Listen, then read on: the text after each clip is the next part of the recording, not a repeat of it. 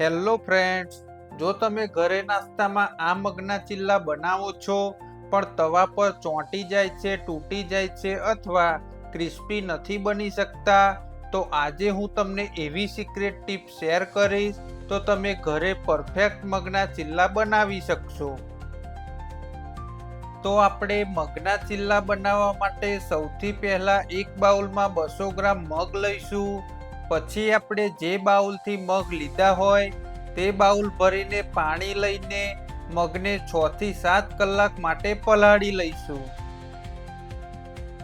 તો તમે જોઈ શકો છો કે મગ મસ્ત પલળીને ખીલી ઉઠ્યા છે. તો આપણે તેનું ખીરું બનાવવા માટે તે મગને એક મિક્સર કપમાં લઈ લઈશું. તે મગને મિક્સર કપમાં ભરી લીધા પછી તેમાં તીખા 3 થી 4 ગ્રીન મરચાં નાખીશું. પછી તેમાં 15 થી 20 કળી લસણ નાખીને 1 ઇંચ આદુનો ટુકડો નાખીશું. પછી આપણે તેમાં દાળી સહિત કોથમીર એડ કરીશું અને 1 વાટકી જેવું પાણી નાખીને તેની ફાઇન પેસ્ટ બનાવી લઈશું. પછી આપણે તે મગના બેટરને એક બાઉલમાં કાઢી લઈશું. પછી આપણે તેમાં સ્વાદ અનુસાર મીઠું નાખીશું. મીઠું નાખ્યા પછી આપણે તે બેટરને બરોબર ફેટી લઈશું.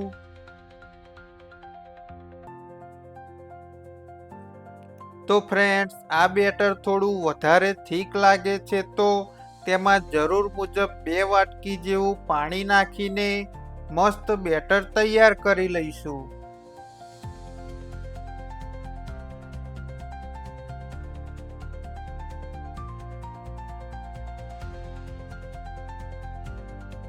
પછી આપણે તે મગના બેટરમાં 2 વાટકી જેવો ચણાનો લોટ નાખીશું અને 1 વાટકી જેવો ચોખાનો લોટ નાખીશું.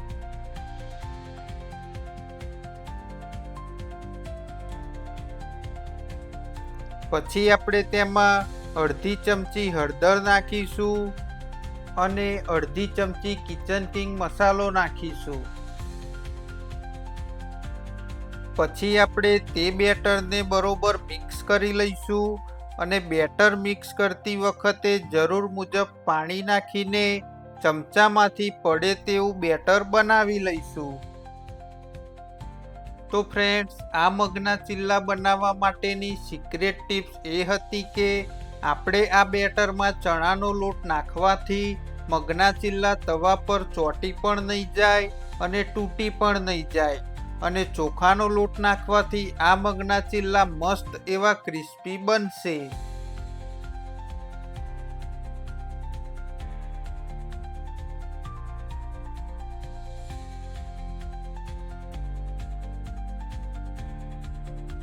તો આ બેટરને 10 મિનિટ ઢાંકીને મગના ચિલ્લામાં સ્ટફિંગ માટે મસ્ત ચટાકેદાર મસાલો બનાવવા માટે એક પેનમાં 3 મોટી ચમચી તેલ લઈશું.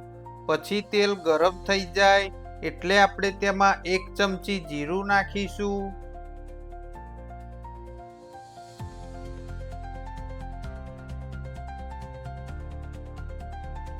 જીરું તેલમાં કકડી જાય પછી તેમાં 3 લીલા મરચાંની કટકી અને 2 મોટી ડુંગળીની કટકી નાખીશું.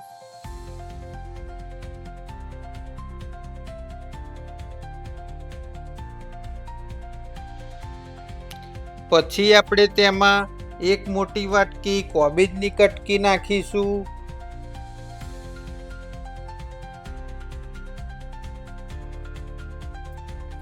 પછી આપણે તેમાં 1 વાટકી ગાજરની કટકી નાખીશું અને તેને મિક્સ કરી લઈશું.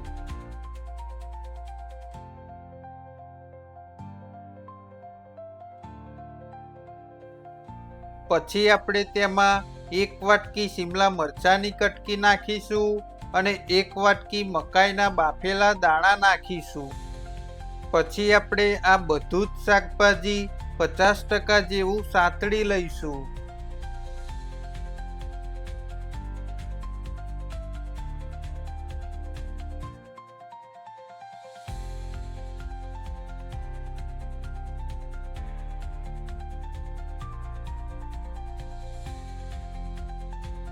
પછી આપણે આ મસાલામાં સ્વાદ અનુસાર મીઠું નાખીશું અને તેને મિક્સ કરી લઈશું.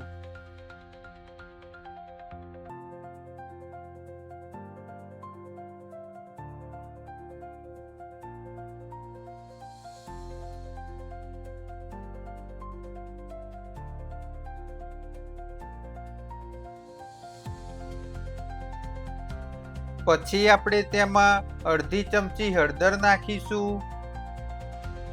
પછી અડધી ચમચી કિચન કિંગ મસાલો નાખીશું.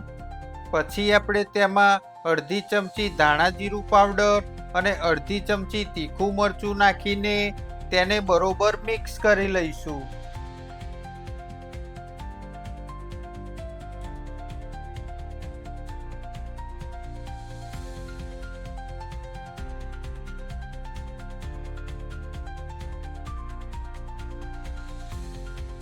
પછી આપણે તેમાં 1 વાટકી ટામેટાની કટકી નાખીશું અને તેને મિક્સ કરી લઈશું.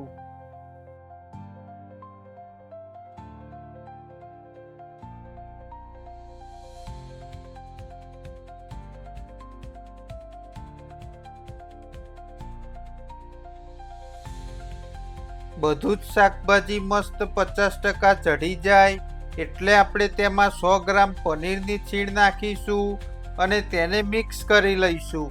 તો ફ્રેન્ડ્સ, આ મગના ચિલ્લામાં સ્ટફિંગ કરવા માટેનો ચટાકેદાર મસાલો તૈયાર છે.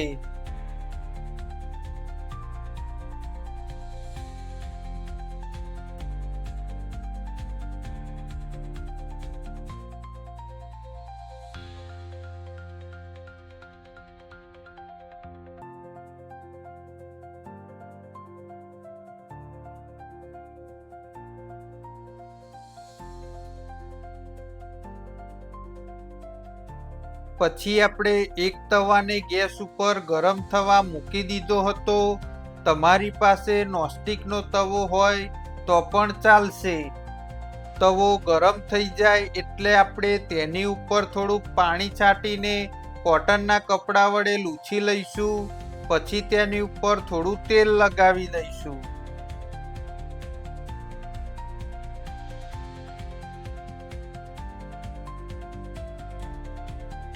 પછી આપણે તે ગરમ તવા ઉપર ચમચાની મદદથી 2 ચમચા જેવું ખીરું લઈને આપણે ઢોસા બનાવીએ તેમજ એક બાજુ ચમચાને ફેરવીને આ મગનો ચિલ્લો બનાવી લઈશું. તો આ મગના ચિલ્લાને તમારે મીડિયમ ફ્લેમ ઉપર એક બાજુથી કમ્પ્લીટ ચઢી જવા દેવાનો છે. પછી તેની ઉપરની બાજુ 1 ચમચી બટર લગાવવાનું છે.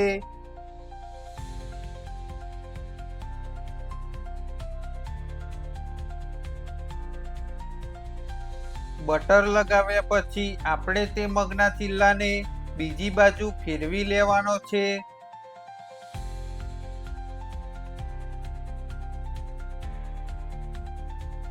અને તેની ઉપરની સાઈડમાં પણ 1 ચમચી બટર લગાવીને તેને બીજી બાજુથી મીડિયમ ફ્લેમ ઉપર ચડવા દેવાનો છે.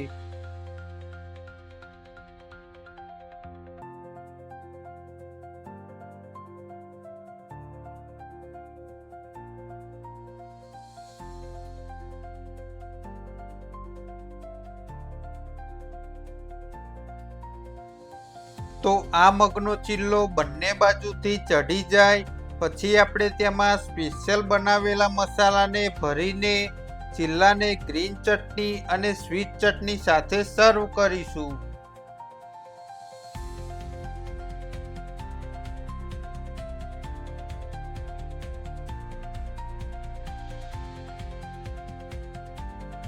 તો ફ્રેન્ડ્સ, મળીએ બીજા રેસીપી વિડીયો સાથે.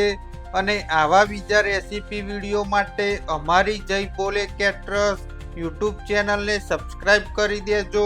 અને આ રેસીપી વિડીયો પસંદ આવ્યો હોય તો આ વિડીયોમાં લાઈક કરો, કોમેન્ટ કરો અને આ વિડીયોને શેર કરો તમારા ફૂડી મિત્રો સુધી.